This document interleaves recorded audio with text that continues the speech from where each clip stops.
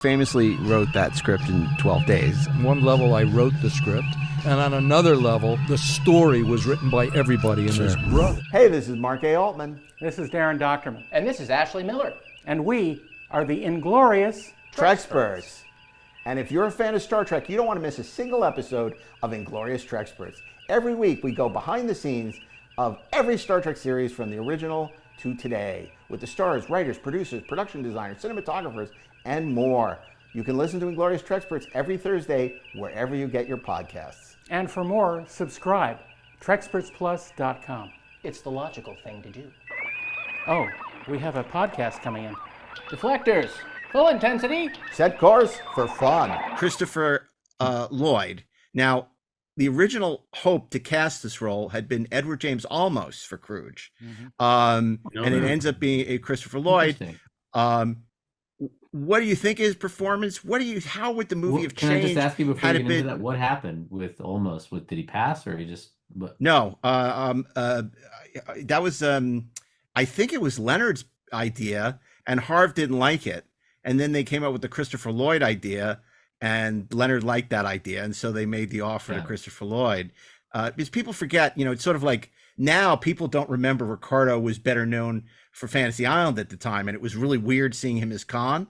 It's the same thing with Christopher Lloyd. People forget he was on Taxi every week back then, and people were used to seeing him as Reverend Jim. I actually think the performance is better now than it was then because of the whole Taxi of it all. But what did you guys think of the depiction of the Klingons, which were originally going to be the Romulans, and Christopher Lloyd? I like the three of the Klingons, and I like obviously the lead up, which I'm sure we'll get to the countdown, which is one of the greatest sequences in any movie, certainly any Star Trek movie. And it's Christopher Lloyd, and it's John Larroquette. And you guys know who the third guy is? No. Don't remember him. So when I first came to Los Angeles many years ago, and I was interned at a company, and the woman I worked directly for, when I was sort of a second assistant, and the first assistant was a woman named Kathy Liska, who was great. She was married to is still married to a man named Steve Liska, who's very cool, and is that third Klingon. Wow. So he's one of the first sort of celebrities that I'd ever met or seen.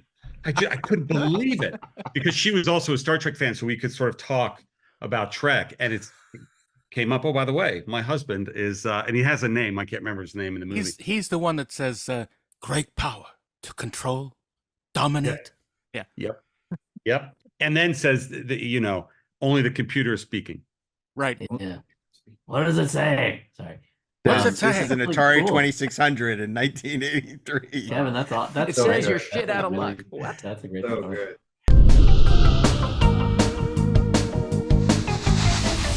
New episodes available every Thursday wherever you listen to podcasts. Or subscribe today at TrekspertsPlus.com. But keep on trekking, ingloriously, of course.